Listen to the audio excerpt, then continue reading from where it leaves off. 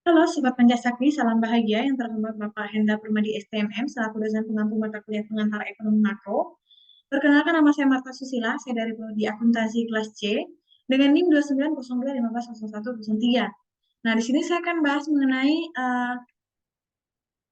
keseimbangan perekonomian tiga sektor. Nah, yang pertama yang akan saya bahas di sini adalah pengertian perekonomian tiga sektor itu sendiri. Ekonomi tiga sektor adalah perekonomian yang meliputi kegiatan dalam sektor perusahaan, rumah tangga, dan pemerintah. Dengan demikian, dalam menganalisis perekonomian tiga sektor, pada hakikatnya akan diperhatikan peranan dan pengaruh pemerintah atas kegiatan dalam suatu perekonomian.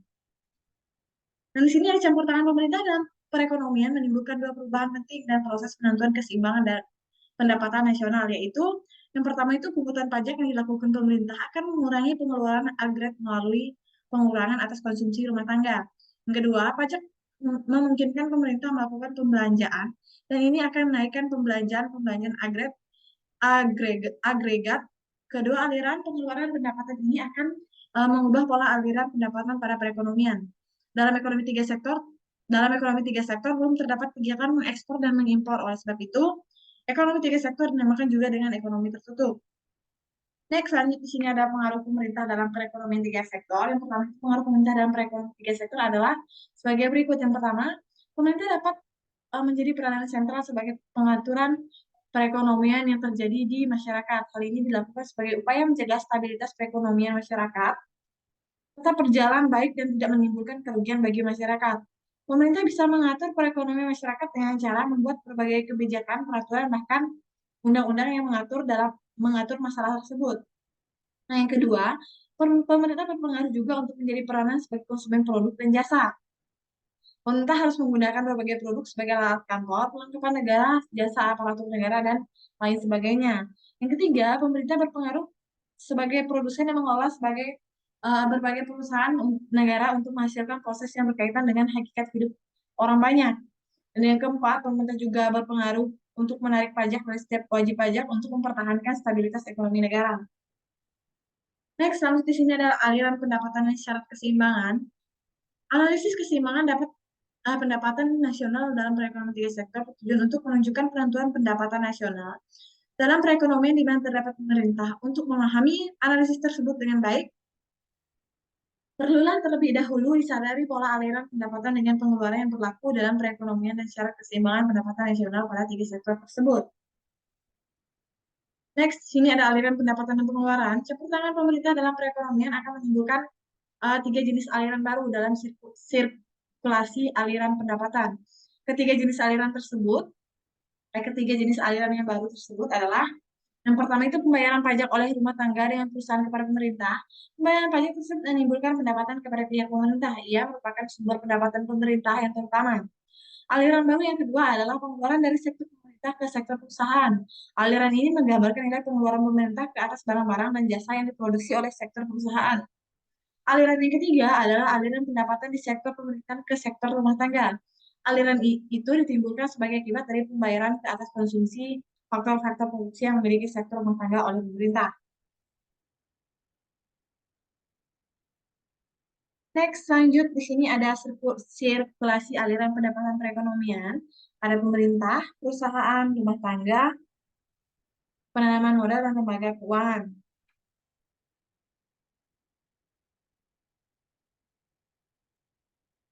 Next, lanjut dalam suatu perekonomian tertutup, ciri-ciri pokok-pokok aliran pendapatan dan pengeluaran adalah yang pertama itu pembayaran oleh sektor perusahaan sekarang dapat dibedakan menjadi dua jenis, yaitu pembayaran pada sektor rumah tangga sebagai pendapatan kepada faktor-faktor produksi dan pembayaran pajak pendapatan perusahaan kepada pemerintah.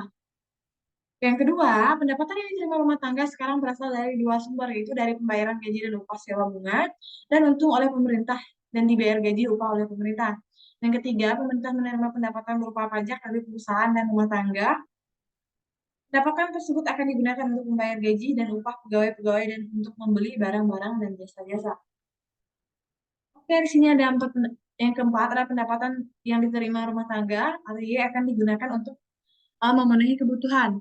Membayar dan membiayai pengeluaran konsumen itu C, simpan sebagai tabungan S, dan membayar pajak pendapatan rumah tangga dan kualitas dalam persamaannya yaitu Y sama dengan C ditambah S ditambah T, yaitu Y eh, pendapatan yang diterima rumah tangga sama dengan membayar dengan membiayai pengeluaran konsumsi ditambah dengan tabungan, ditambah dengan membayar pajak pada produk rumah tangga. Nah, yang kelima, dalam gambaran tersebut tetap dimisalkan bahwa tabungan rumah tangga dipinjamkan oleh lembaga-lembaga keuangan kepada para pengusaha yang menanam modal.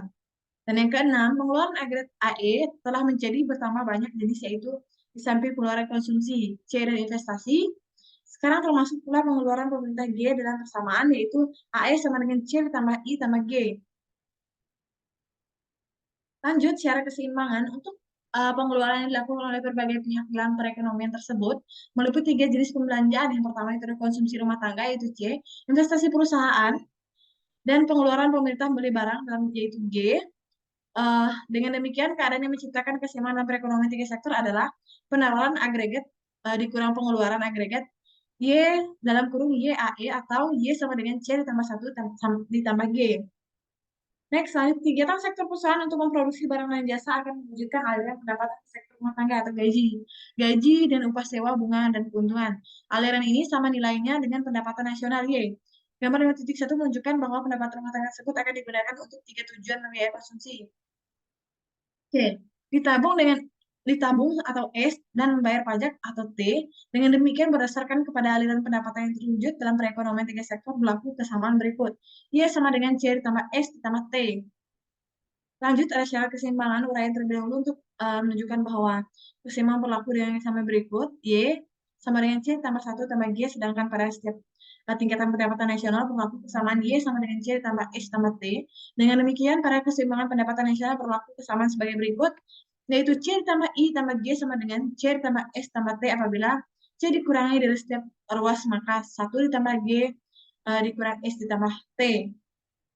Lanjut, dalam perekonomian tiga sektor, I dan G adalah suntikan ke sirkulasi aliran pendapatan, sedangkan S dan T adalah kebocoran. Demikian dalam keseimbangan ekonomi tiga sektor juga berlaku uh, keadaan dibagi suntikan sama dengan bocoran. Sebagai kesimpulan, dapatlah rumus bahwa dalam perekonomian tiga sektor yang mencapai keseimbangan akan berlaku keadaan yang sebagai berikut, yaitu Y sama dengan C ditambah I tambah G, dan 1 ditambah G sama dengan S ditambah T. Lanjut, di sini ada jenis pajak. Pertama itu pajak langsung. Jenis pungutan pemerintah secara langsung dikumpulkan dari pihak yang wajib membayar pajak. Setiap individu yang bekerja dengan perusahaan yang menjalankan kegiatan yang memperoleh keuntungan wajib pajak membayar pajak. Pajak yang dipungut dan dikenakan atas pendapatan mereka dinamakan pajak langsung, yaitu pajak secara langsung dipungut dari orang yang berkewajiban untuk membayar pajak. Next, pajak tidak. Yang kedua itu ada pajak tidak langsung. Pajak yang bebannya dapat dipindah-pindahkan kepada pihak lain. Pajak tidak langsung juga dapat didefinisikan sebagai perpajakan yang individu atau entitas yang akan dibayar oleh orang lain. Badan yang pengumpulan pajak kemudian akan mengirimkan atau melaporkan ke pemerintah. Itu jenis pemungutan yang berlaku dalam pajak tidak langsung bersifat tidak menentu. Artinya, pemberlakuan pajak tidak dilakukan secara berkala layaknya pajak langsung, melainkan tergantung dari peristiwa yang membuat kewajiban untuk membayar pajak muncul. Salah satu jenis pajak tak langsung yang penting adalah pajak impor, biasanya pada akhirnya yang akan menangguhkan beban pajak tersebut pada konsumen. Lanjut, di sini ada bentuk-bentuk pajak pendapatan. Pajak yang pertama itu pajak regresif.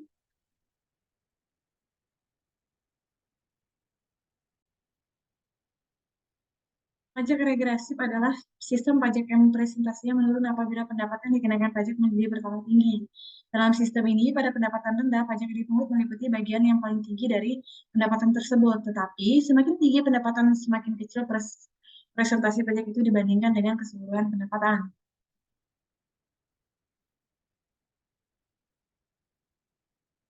Next, di sini ada pajak proporsional. Presentasi pungutan pajak tetap besarnya pada berbagai tingkat pendapatan, yaitu dari tingkat pendapatan yang sangat rendah kepada yang sangat tinggi. Dalam sistem pajak ini tidak dibedakan di antara penduduk yang kaya atau miskin, dan di antara perusahaan besar dan perusahaan kecil. Lanjut, di sini ada pajak progresif. Sistem pajak yang presentasinya bertambah apabila pendapatan semakin meningkat. Pajak ini menyebabkan pertama nominal pada pajak yang dibayarkan menjadi semakin cepat apabila pendapatan semakin tinggi. Di sini ada efek pajak ke atas konsumsi dan tabungan. Dalam perekonomian tiga sektor, akibat adanya pajak pendapatan dispensable telah menjadi lebih kecil dari pendapatan nasional. Dalam perekonomian yang telah mengenakan pajak, Perhubungan di antara pendapatan disposable dan pendapatan nasional dapat dinyatakan secara persamaan berikut. Jadi sama dengan Y dikurang T, penurunan pendapatan di disposable akan mengurangi konsumsi dan tabungan rumah tangga. Hal ini disebabkan karena pajak yang bayarkan mengurangi kemampuannya untuk melakukan pengeluaran konsumsi dan menabung. Lanjut di sini ada kesimpulan. Dari kesimpulan materi tadi itu walau ada apapun bentuk sistem pajak, yaitu pajak tetap dan pajak profesional, pemungutan pajak akan melibatkan konsumsi dan tabungan rumah tangga berkurang sebanyak ditentukan oleh persamaan berikut, yaitu hasil sama dengan MPC dikali T, H sama dengan MPS dikali T. Nah, kecenderungan konsumsi marginal, kecenderungan konsumsi marginal pendapatan dispensable MPC, dan kecenderungan konsumsi marginal pendapatan nasional MPC CY. Definisi dari masing-masing konsep itu adalah yang pertama itu MPC adalah rasio yang antara penambahan konsumsi dengan penambahan pendapatan dispensable, yaitu MPS sama dengan uh, di per ISD. MPS adalah rasio di antara pertambahan tabungan dengan pertambahan pendapatan nasional dalam persamaan. Dari sini ada multiplier pengeluaran pemerintah. Multiplier pengeluaran pemerintah itu adalah investasi perusahaan dan pengeluaran pemerintah adalah komponen dari pengeluaran agregat. Kenaikan investasi secara langsung akan mengakibatkan kenaikan pengeluaran agregat. Maka pada tahap pertama dari proses multiplier penambahan investasi yang menaikkan pendapatan nasionalnya yang sama besarnya. Pengeluaran pemerintah juga akan mengakibatkan pertambahan seperti itu, yaitu pada tahap pertama dari proses multiplier penambahan pengeluaran pemerintah akan menaikkan pendapatan nasional yang sama besarnya. Oke, mungkin sekian yang bisa saya sampaikan. Semoga ini bisa menambah wawasan dan pengetahuan kita semua. Jika ada kesalahan kata, saya mohon maaf. Saya ucapkan terima kasih.